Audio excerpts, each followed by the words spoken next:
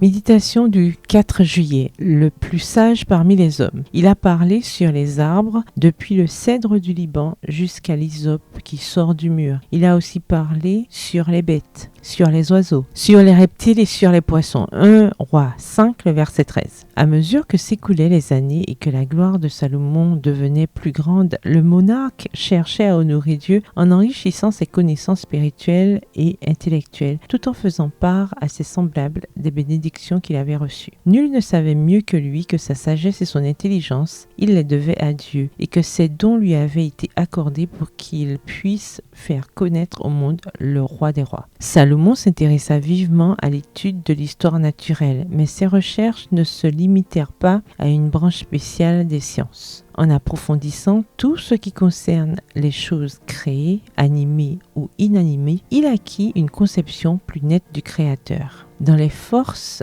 de la nature, dans le règne animal et minéral, dans chaque arbre ou chaque arbuste, dans chaque fleur, il discernait la sagesse d'en haut. Et tandis qu'il cherchait à augmenter sa science, sa connaissance de Dieu grandissait sans cesse. Divinement inspiré, Salomon exprima sa sagesse par des chants de louanges et de nombreux proverbes. Les proverbes de Salomon nous donnent un aperçu des principes nécessaires pour obtenir une vie pieuse et un idéal élevé. Principes d'essence divine qui conduisent à la sainteté et devraient diriger tous les actes de notre existence. C'est grâce à la diffusion de ces principes et au témoignage rendu à Dieu, à qui appartiennent la louange et la gloire, que le règne de Salomon débuta dans une atmosphère si élevée, tant au point de vue moral que matériel. Oh, si seulement Salomon avait observé dans les dernières années de sa vie ces paroles admirables. Si seulement celui qui avait écrit « Les lèvres des sages répandent la science » Proverbe 15, verset 7, et enseigné lui-même au monarque à rendre au roi des rois la louange qu'ils